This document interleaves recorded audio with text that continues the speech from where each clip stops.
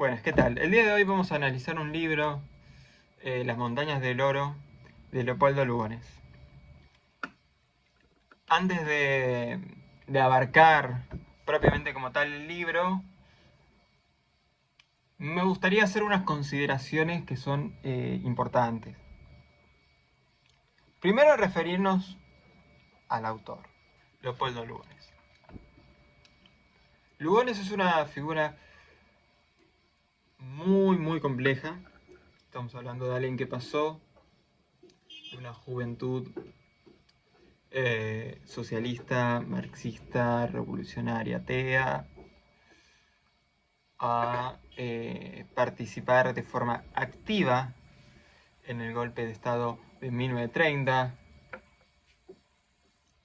Entonces es alguien, bueno, ¿qué pasó ahí en el medio? ¿Qué es lo que nos configura su obra, ¿no? ¿Qué vestigios, qué ideas puede transmitir esa obra en la evolución de ese personaje? Son cosas que, repito, son complejas y en realidad meritarían un video aparte. En realidad lo que ameritan es un compendio, un seminario, algo de lo que no estoy capacitado, ¿no? Pero quiero decir, no es sujeto de este video profundizar en ese carácter de Lugones. Sí, hacer una pequeña reivindicación de su obra. Digo pequeña dentro de lo que yo pueda hacer. Porque más allá de lo político, que quiero decir, yo no estoy de acuerdo con ninguno de los dos extremos en los que él se posicionó alguna vez. Más allá de la cuestión política, estamos hablando del considerado escritor nacional y uno de verdaderamente los mejores escritores que tuvo este país, que tuvo América, y bueno, de los últimos siglos, qué sé yo, está al nivel de muchos grandes del mundo, ¿no? Quiero decir porque es interesante que alguien que tiene acá en Capital Federal, pequeño, hoy es 10 de enero, estoy como verán de saco, porque se dio un milagro, ¿no? Se juntaron los astros y tocaron unos días bastante frescos, gracias a Dios. Así que, por eso si se preguntan qué sucede acá, ¿no? Pronto ya me van a ver grabando estos videos sudando y en un estado deplorable de, de carácter humano, ¿no? Mientras tanto, hay que aprovechar. Otro inciso que quiero hacer, ¿no? Un apéndice, antes de hablar de la obra como tal, es marcarla en el contexto. Es un libro de 1893, un Lugones muy joven, tenía 22 años. 1893 o 1897. Sí, juraría que en 1893.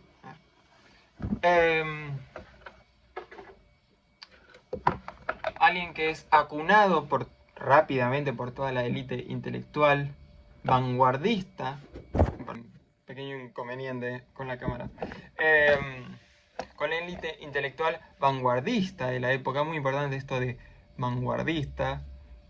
Era toda gente muy joven, imagínense, uno de los más consagrados de ese círculo con el que se rodea Lugones es Rubén Darío.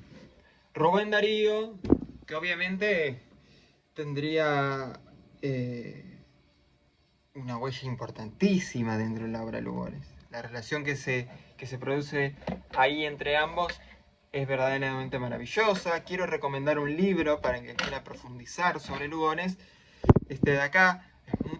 Esta edición es muy fácil de conseguir, yo la compré en la librería del colegio, creo que ahora tiene un nombre, pero bueno, es la famosa librería que está cerca de Plaza Mayo, la conseguí ahí, pero se encuentra muy fácil por Mercado Libre y por otras librerías, ¿no?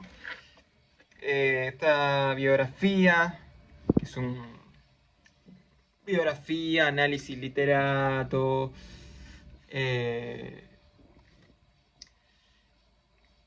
Capdevila, que es el autor, amigo personal de Lugones y gran escritor, aprovecha para esbozar algunas prácticas, teorías y conocimientos que él mismo posee respecto, por ejemplo, el inicio es la carta astral de Lugones y serie de compendios de cuestiones muy interesantes para el que esté metido en temas, ¿no? Muy buena, yo la recomiendo un montón, y ahí se profundiza sobre la relación que tiene Darío y Lugones, y es súper interesante, ¿no? Pero estamos hablando de un Darío bien, que no llegaba a los 30 años, pero que ya había experimentado estando en Europa, estando en distintas partes de América, que ya estaba empezando a consagrarse como escritor, como gran escritor y como padre de un nuevo movimiento, ¿no? Que es el modernismo. Lugones rápidamente se acopla a este movimiento y se vuelve uno de sus más grandes exponentes. El modernismo es muy interesante, es un movimiento americano, es una corriente que nace en este continente, específicamente el padre normalmente se considera Rubén Darío, si bien hay, como saben, estas cosas son complejas, hay mucha gente que cita a otros escritores anteriores, bueno. El que, digamos, forma las bases, o no las forma, pero las, digamos, termina la estructura es él, ¿no?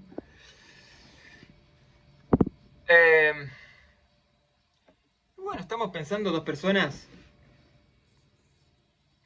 que no se llevan tanto, tienen una relación muy interesante porque parece que Darío tenía una forma de ser más bien casi infantil.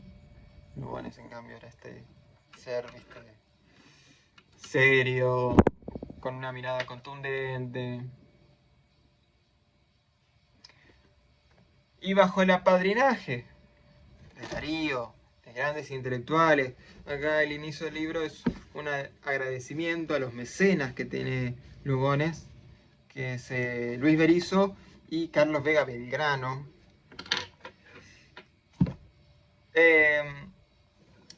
Y para terminar con este apéndice, el modernismo es una corriente literaria nacida en América que se exporta a Europa, es muy importante. Los españoles nos deben la vida. No lo digo yo, lo decía alguien como Federico García Lorca, que decía, nosotros no estaríamos acá si no fuera por el divino Darío.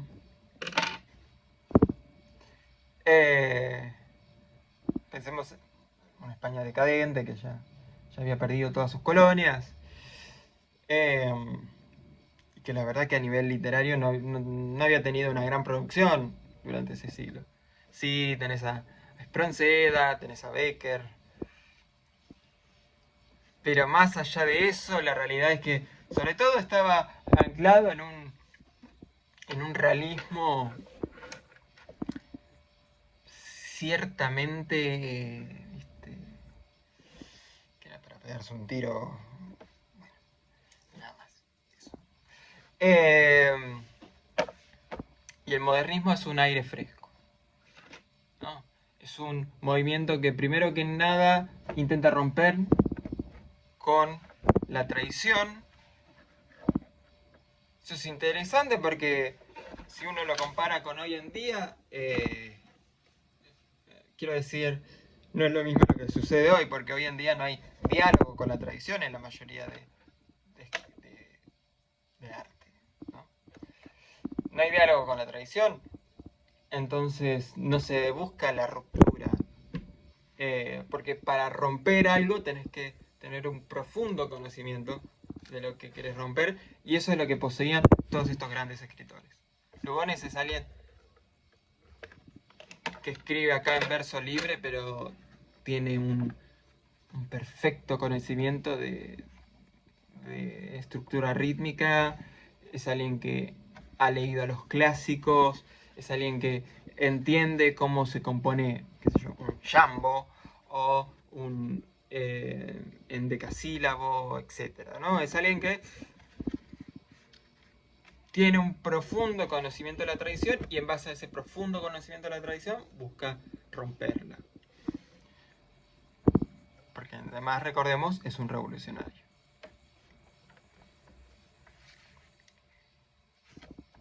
En esa ruptura de la tradición sucede algo muy interesante, y es que, claro, pensemos que ellos además necesitan recomponer su propio idioma. ¿Por qué? Porque el español sigue anclado a el que fue, si se quiere, el enemigo, el otrora enemigo, ¿no?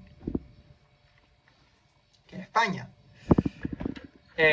La emancipación de España, los literarios dicen, tiene que ser también una emancipación literaria y hacer nuestro el idioma. ¿Y cómo se da ese proceso? Bueno, es bastante complejo.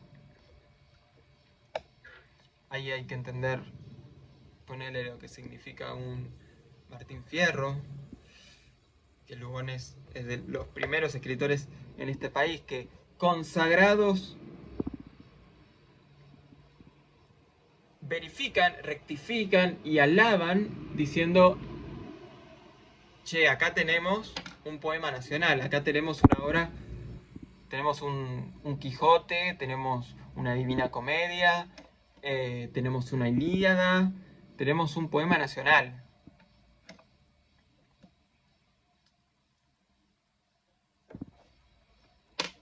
Otro asunto muy interesante es sumergirse de lleno en la tradición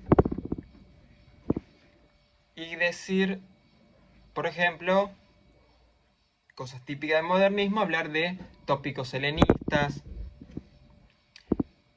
ir a la universalidad, ¿no? Esto es muy interesante. Recordemos que la literatura argentina estaba fuertemente marcada por la coyuntura. O sea, el Martín Fierro es una crítica política. El Matadero es una crítica política. Qué sé yo, el Gigante de Amapolas es una crítica. Bueno, ni hablar de Facundo, ¿no? Eso ya. Pero estaba contando que, bueno, esa coyuntura, esa fuerza de la coyuntura, atravesaba a toda la literatura de toda la región, y esta idea de la emancipación de la lengua castellana, repito, era un problema que tenía toda la región. Los modernistas encuentran la solución al buscar el rango de lo universal.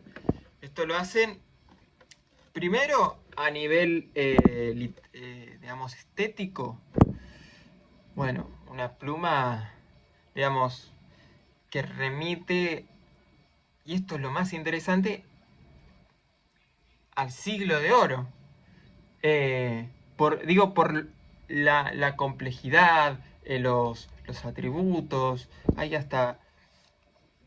Porque a veces se confunde, lo barroco no es solo una época, ¿no? Es también una forma de, de interpretar y de hacer arte, ¿no? Entonces, un barroquismo... solo tienen que leer este libro o cualquiera de Lugones y se van a dar cuenta, la pluma que tiene Lugones es de un virtuosismo que pocos han tenido en este país, al menos. Y esa es la parte estética, que repito, es curioso porque para emanciparse de España lo que hacen es ir al, digamos, al origen. Entonces ahí hay una cuestión más compleja.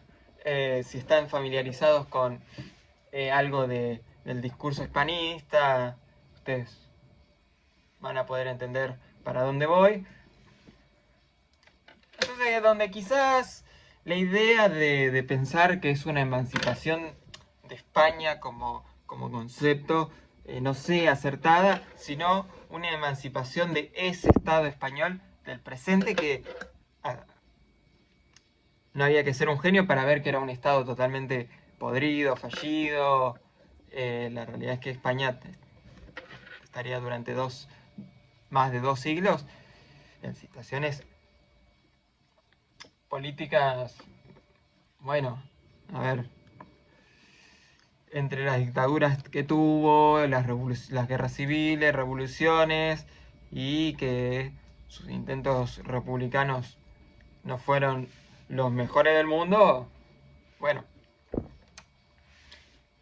estaba claro que la idea era emanciparse de esa España. Ahora, no emanciparse de la tradición, no emanciparse del gran imperio español de los reyes católicos. No emanciparse de Cervantes, obviamente, de Góngora, de Quevedo, de los grandes clásicos. Y eso se nota. Se nota además en los tópicos. Ellos vuelven mucho a los griegos, a los latinos, a los nórdicos. Obviamente hay una mirada muy eurocentrista, típico de, vamos a decirlo, la élite de la época. Pero fíjense que Darío igualmente, por ejemplo, tenía un poema que era para la misma, que narra ahí una japonesa cubana, estos exotismos. Por eso, repito, es una renovación completa la que ofrece el modernismo dentro del panorama literario de fines del siglo XIX, que ya estaba siendo un poco, viste, cuesta arriba. A nivel poesía gauchesca, después de Martín Fierro, y tenés que escribir un poema gauchesco después de esas obras. Ya tenía la expedición de los indios Rinqueles y toda la literatura llena de esto de los viajes de expedición. Bueno, claramente la literatura de la región y sobre todo la Argentina necesitaba una renovación, que es la que viene a dar Lugones, sin renegar, porque el siguiente libro que salga es Los crepúsculos del jardín y la guerra gaucha, ¿no? Entonces, por eso merecería un video aparte ver toda esta evolución que va teniendo el pensamiento de Lugones, el modernismo y cómo se va entrando en contexto de la época. Ahora sí, vamos al libro como tal. Las montañas del oro. Disculpen que vaya a tomar de esta forma, pero...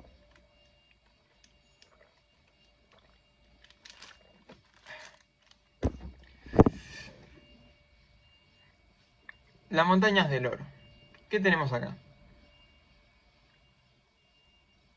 Es un poema con una introducción, 3 ciclos y dividido con 2 reposorios. Ya tenemos ahí una estructura interesante, ¿no? Interesante.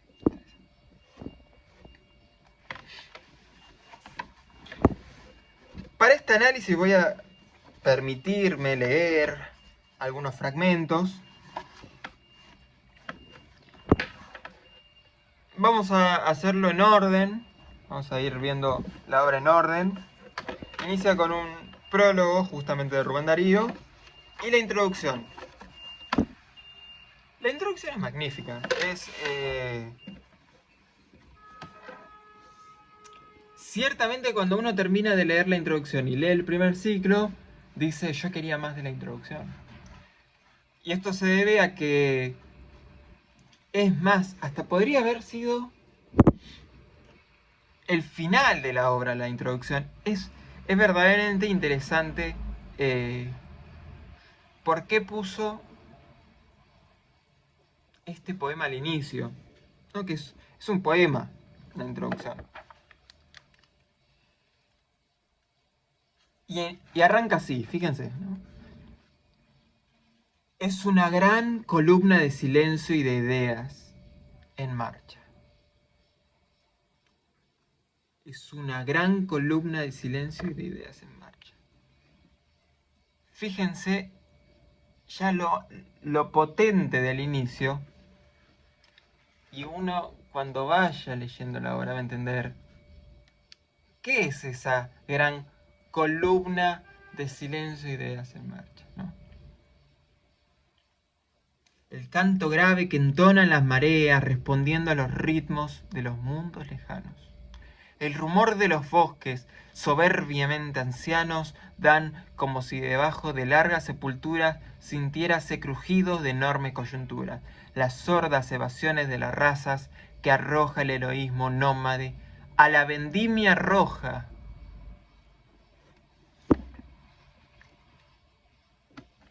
El poema introductorio es de un carácter belicista, revolucionario.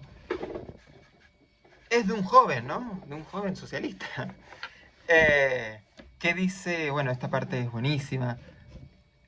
El sol le dora el pecho, Dios le sonríe, apenas hay nada más sublime que esa sonrisa, llena de divinidad, que hacen surgir sobre la oscura silueta de los montes una inmensa blancura zodiacal. Forja el hierro de su peto y su casco la paciencia en los yunques de un ideal damasco. Y el silencio custodia la hoguera donde amasa con bronce y sombra el verbo que templará en las brasas. ¿No? Fíjense esta cuestión, repito, está entonando la preparación para un conflicto, para una, ¿no? El peto, la herradura, las brasas. La introducción tiene una fuerza que luego vamos a ver que el primer ciclo no tiene, ¿eh? Porque en realidad lo que está preparando es para la revolución, renovación. Uno podría decir que supone el libro o que suponen las ideas de izquierda de Lugones, ¿no? Bueno, quizás las dos son la misma. Eso lo vamos a ir viendo, ¿no? Es interesante de pensar. Y bueno, es un poema muy largo, son varias páginas, pero fíjense cómo termina. Esto es lo más hermoso. Rugían como bestias luminosas, heridas, en el flanco, mas nadie sujetaba las bridas.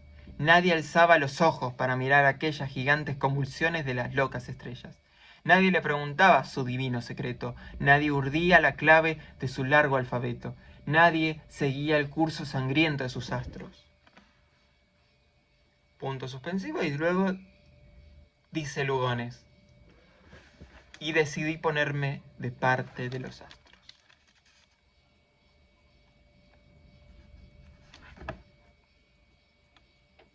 Nadie le preguntaba a su divino, gigantes convulsiones de las locas estrellas, ¿no? Fíjense.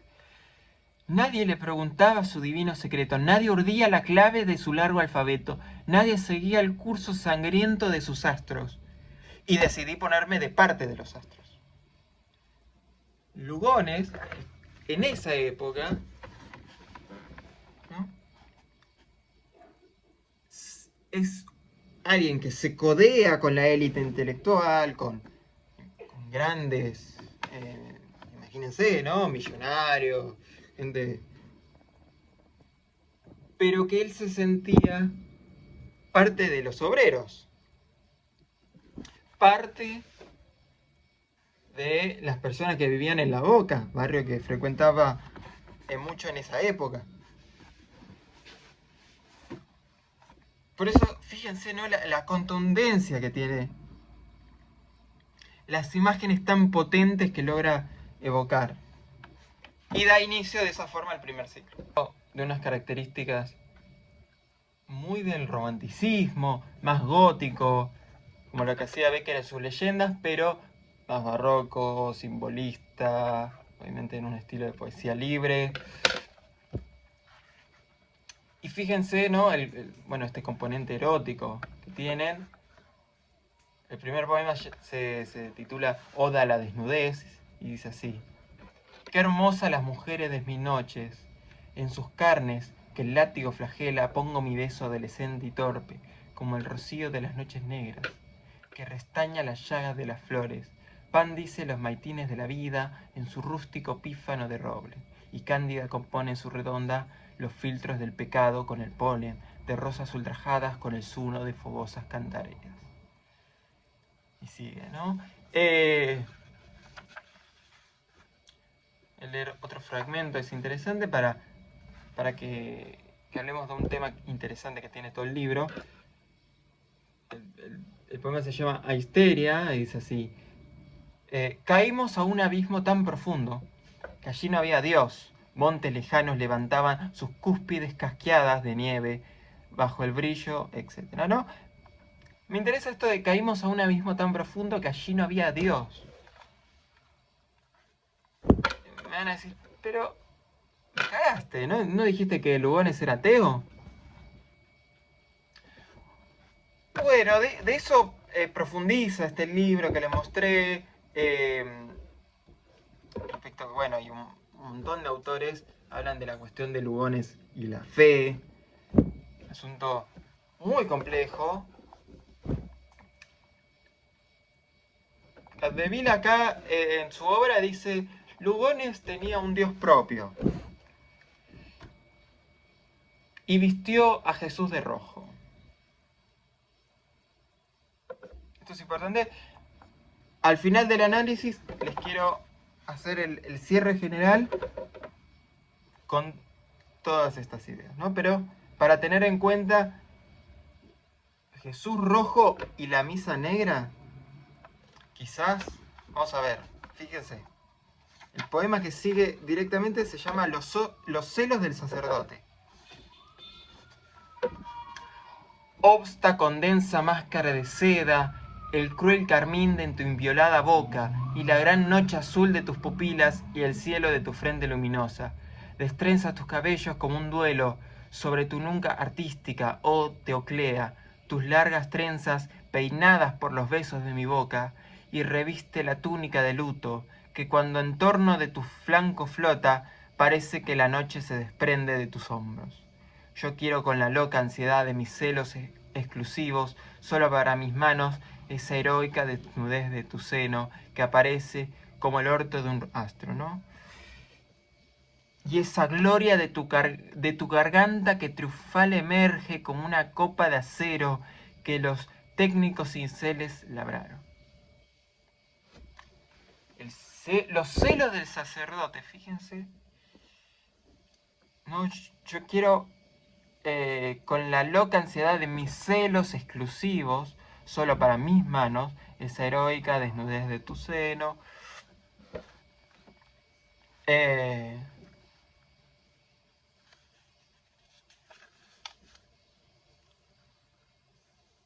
Bueno, obviamente todos los componentes eróticos, la pluma cargada medio barroca. Otro tema interesante de este libro, no sé si se alcanza a apreciar, pero fíjense que los poemas, no sé si se está enfocando, los poemas están divididos por guiones, ¿no?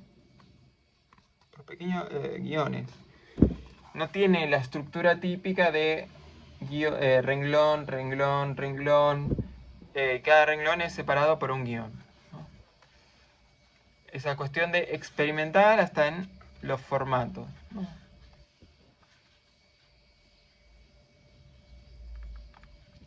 Y me gustaría... está acá. La vendimia de sangre. Fíjense. En la hipnótica selva de mi alma, donde anudan sus cópulos de lobos, donde teje su red la araña negra y suda sus ponzoñas el euforbio, está un gallardo paladín, herido por la doble amenaza de tus ojos. Tiene abiertos los hierros de la cota y en dos partidos su blasón histórico. Zodiacal simulacro que domina con su alto vuelo un gerifalte heroico. Ese es mi corazón, el maldiciente, el que canta a los cielos tenebrosos, donde llora en fuego las estrellas, donde trazan fatídicos horóscopos los cometas de cola formidable que abren la maravilla de su ojo, etc., ¿no? En las tinieblas perpetra la vieja eternidad alguna infamia. Oh, la divina prenda de tus besos. Fíjense que la pregunta honesta que uno se puede hacer con este libro es: ¿y dónde están las montañas del oro, no? ¿Dónde está ese componente? Es bastante trágico este ciclo, ¿no? Como para decir, y esa grandilocuencia, esa fuerza de la introducción, ¿dónde quedó todo eso? Lo hago como advertencia de que la obra debe ser leída en su totalidad, porque quizás ese choque que se produce puede molestar en una primera lectura, ¿no? Si bien los poemas son exquisitos, leyéndolo a veces pienso, viste, gente que intenta hacer versos libres y que la verdad que dista horrores, ¿no? Pero bueno, no me quiero meter en esas cosas.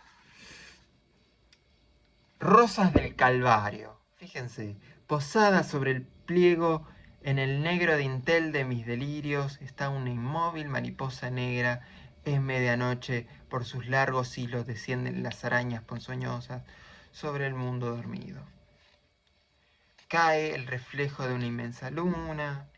¿En qué puedo llorar? Sombra y encanto, las flaquezas del casto que el delito en la afición estéril exaspera, no engendran más satánicos delirios que este raudal de roedoras lágrimas, etc., ¿no? Metempsicosis es un gran poema. Era un país de selva y de amargura, un país con altísimos abetos, con abetos altísimos, en donde ponía quejas el temblor del viento. Tal vez era la tierra cimeriana, donde estaba la boca del infierno, la isla que en el grado 87 de latitud austral marca el lindero de la líquida mar. Sobre las aguas se levantaba un promonitorio negro, como el cuello de un lúgubre caballo, de un potro colosal, que hubiera muerto en su última postura de combate con una hinchada nariz humando el viento. Fíjense, y sigue antífonas. Todo el primer ciclo tiene grandes poemas, ¿no? Fíjense este carácter, para dar una pincelada general, ¿no? Luego sigue con un reposorio. El reposorio cuenta con solo un poema llamado Salmos del Combate. Este poema, cuando lo leí, me maravilló porque realmente parece lo que luego haría el futurismo italiano. Simple y llanamente. Escuchás, mientras lloras y suspiras, enardecen los bravos acicates, al palafrén de generosas iras, y triunfan las estrofas y las liras, la época militar de los combates. Es la hora de la espada. Fíjense, por eso es interesante pensar, ¿Lugones pasó de un extremo a otro? ¿Realmente? ¿Este no es el mismo Lugones de la hora de la espada? ¿Del 26? No lo sé, muchachos.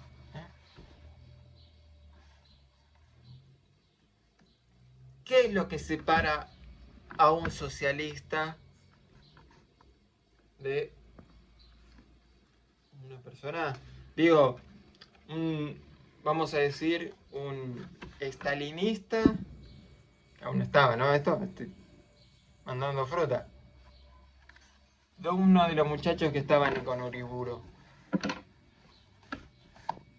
A veces la ideología es una niebla, una bruma profunda que no nos deja ver la realidad, ¿no? Y luego del reposorio, repito, magnífico, es un gran poema, aparece del futurismo italiano, esa llamativa a la guerra. Sigue el segundo reposorio, que tiene un carácter de naturaleza. Es el menos interesante, en mi opinión. Si bien tiene grandes poemas, fíjense los títulos, ¿no? El Hijo del Hombre,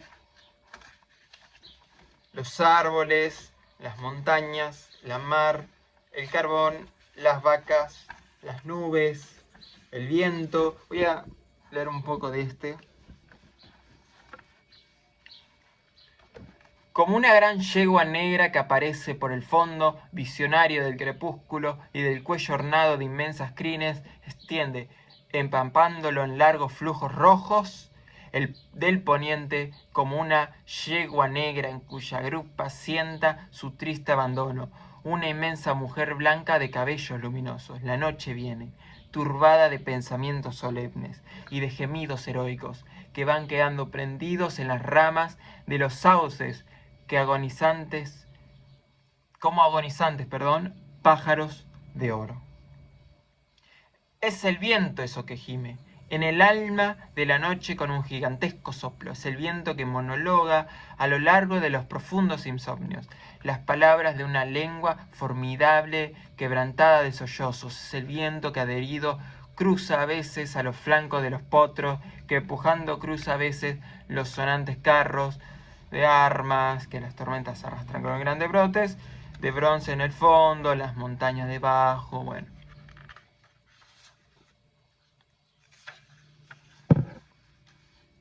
La función de cada ciclo, repito que ya me gustaría dejarla para el final. Luego sigue otro reposorio llamado Laudatoria a Narciso, que es un poema dedicado principalmente a Paul Verlaine. Ya vamos a ver esta cuestión. En la introducción también se menciona a Homero, Dante, Hugo y Whitman. Ya vamos, repito. Y el tercer ciclo es el más complejo de todos. Cuenta con un solo poema que está dividido, si no me acuerdo mal, en 16 partes. No, sí, 16 partes. Titulado, espérenme, El himno de las torres. Es una cosa increíble el himno de las torres. Canto las altas torres, glorias de ciclo y de coro del suelo, las torres que van a la distancia, las torres que cantan la gloria de las buenas artes del hierro y la piedra, las torres gigantes que tienen 100 lenguas intactas, 100 lenguas que son las campanas sapientes de un mágico idioma que dice a los astros los preces del culto extinguido, con frases de bronce y de fe. Las piedras están empapadas de música sacra. Bueno, sí. Este es el poema más complejo del libro. Va pasando de lugar a lugar, ¿no? Hay una parte, por ejemplo, donde empieza a decir: junto al versículo gótico, digo, mirando por el cuádruple ojo de las torres, mi alma recibe del sol un adiós más largo que todas. Sobre una ciudad vieja, Nuremberg, Haarlem, Beverwijk, Belgrado, Armagh, Thorn, Oxford, Toledo, Coimbra, Nicea, Bizancio, Esmirna, Alejandría, París. París está exclamado, con las frondosas testas de sus clodoveos eternizadas en medallas. Roma, la capital de las torres. Fíjense que yo lo marqué a este poema Fíjense que no pone el signo de exclamación del inicio, solo pone el último.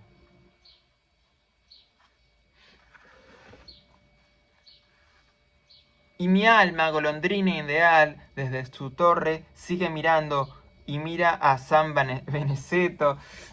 Son cosas muy chistosas. Van a ver eso de nombrar santos, papas o figuras históricas muy específicas. Quiero decir, ¿un ateo te hace un poema así? Y ya quiero cerrar con el final del ciclo y vamos a hablar sobre esta cuestión que tiene, ¿no? Al menos repito, mi interpretación de este poema. Luego, fíjense esta parte, vuelve a decir, y mi alma, golondrina ideal, lo usa como epíteto para iniciar varias partes del poema. Desde su torre sigue mirando, desde su torre, Lugones se pone desde una torre. Piénsense que cada torre ocupa un lugar importante. Y dice, y mira cómo viene la noche. Mira cómo viene la noche y la media luna semejante a la herradura de plata de un Pegaso en los territorios negros. O bien como una artística peineta de plata sobre una inmensa cabellera esparcida. Y la luz de la media luna desarrollándose en los imperios. Francia, Siria, Persia, Egipto, Judea, Macedonia, Roma, México, Perú, Rusia, Arabia. Otra vez, Francia. Esto me encanta, ¿no? La fascinación, Víctor Hugo, Francia, bueno, en fin, Paul Verlaine. Y nombra muchos lugares geográficos en todo el poemario, perdón. Y nombra dioses, figuras místicas. Y mi alma, golondrina ideal, desde su torre sigue mirando y mira cómo nace otro día, todo en sangre, otro día, y que los hombres niegan a Dios y se hacen pequeños y malos, y hacen libros como quien siembra una selva para tener maderos con que arbolar naves futuras. Darwin y Claudio Bernard, Crookes y el profesor Rondon, Pasteur, Edison, Ernesto, no, perdón en la pronunciación, Hello, y Nietzsche, Karl Marx y Fabre Olivet, Eliphas, Levi, sí, Champollion, Augusto Comte, Maury, Vogue, Ralph Waldo Emerson. Y mira mi alma como la vieja ciencia de las pirámides resucita, y el sueño parlante que ve a la distancia pirámides que no, recordemos, no habían sido descubiertas hace tanto, y estaban muy presentes en la cultura como ese vestigio del pasado, ¿viste? Un monumento que llevaba 5000 años sin haber sido interferido por el hombre, según creía. Bueno, fíjense, no, repito, es de una...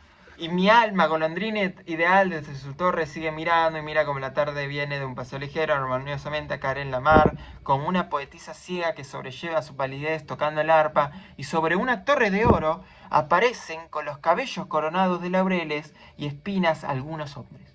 Hugo, Verlaine, Lesple, Herz, Vronsky, Wagner, Goethe, Klopstock, Poe, Whitman. Bueno, otra vez se me cortó. Bueno, vamos a ir terminando el video de hoy.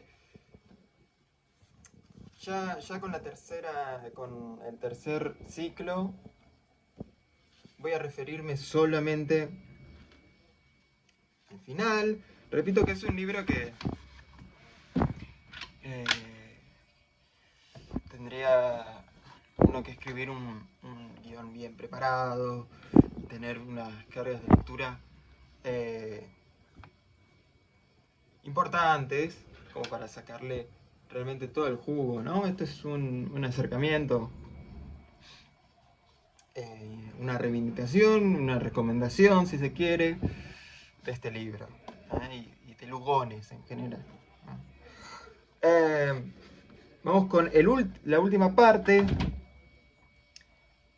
del tercer ciclo. Ya esas torres que va nombrando se caen todas y nos pinta una última imagen, Lugones, ¿no? Y sobre la torre de oro aparecen las virtudes seráficas. El amor, vestido con todas las piedras preciosas del mundo. La esperanza, cubierta con todas las flores de los climas. Y más alta, sobre todas las oraciones, sobre todas las liras, vestidas con el fulgor de todos los soles, saludada por el fervor de todas las alabanzas, como un corazón de oro fundiéndose en llamas, más alta, la rosa resplandeciente, la fe, en un formidable despedazamiento de astros. Y ahí termina. En un formidable despedazamiento de astros. Y recordemos cómo terminaba la introducción del primer ciclo, ¿no? Y decidí ponerme de parte de los astros.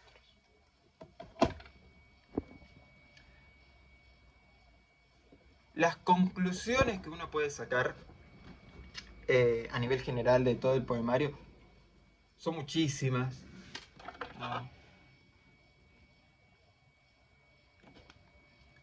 Uno se pone a pensar, ¿por qué tanta imaginería religiosa de parte de alguien ateo? Repito que el libro de Capdevila te ayuda mucho a entender eso, porque Lugones no es en realidad ateo. Tiene una religión propia y, como dijo, vistió a Jesús de rojo. Eso es interesante ver ahí cómo, después de toda la tragedia que presenta el libro, remite a la esperanza, a la fe, al amor. No de una forma banal, ¿no? Lugones, algo que tiene interesante este libro es que no, si bien habla de la montaña, de la vaca, del viento, no se pone en ningún lugar geográfico concreto. Uno no termina de ubicar dónde está parado el libro. Sintiérase, ¿no? Como si estuviera expresando por la humanidad entera, por el planeta entero. Y no es entonces que la destrucción de ese planeta, que es lo que augura ese último ciclo, ¿no? Devastador, y la corrupción, la romántica, una tragedia romántica, ¿no? Una soledad amarga, más bien agridulce, ¿no? Porque para que haya soledad uno tiene que saber lo que es la compañía.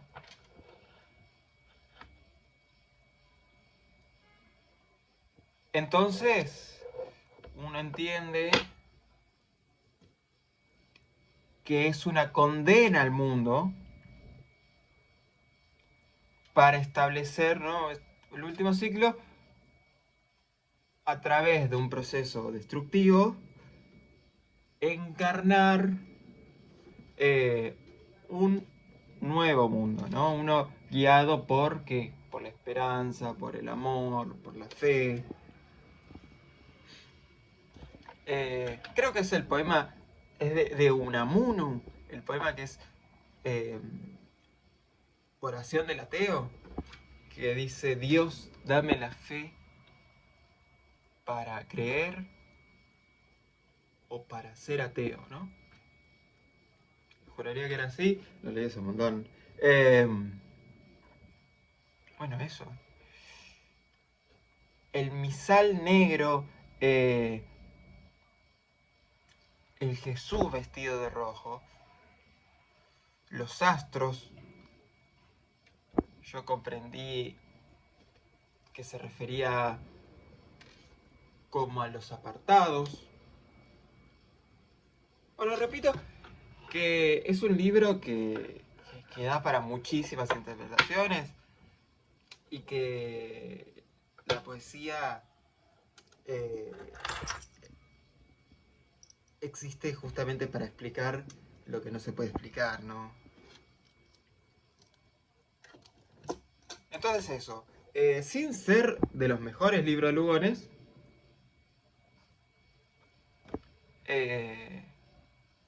entra dentro de la categoría de gran obra, de gran obra. Es una leída totalmente recomendada, sobre todo teniendo en cuenta ciertos puntos que dije referidos al modernismo, contexto histórico. Digamos, no es poco lo que hace.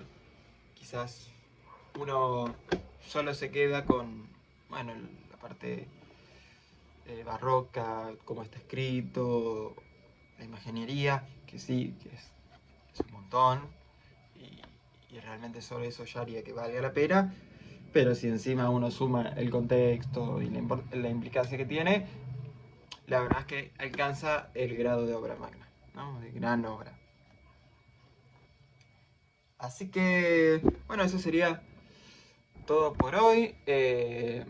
Pueden seguirme en mis redes sociales, ahí subo poesía, publico, hago la promoción de mis clases, doy clases particulares de idiomas y de guitarra, teoría musical.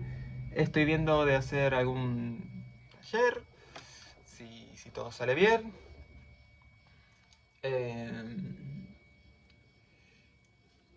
Y seguramente nos vemos la próxima semana con...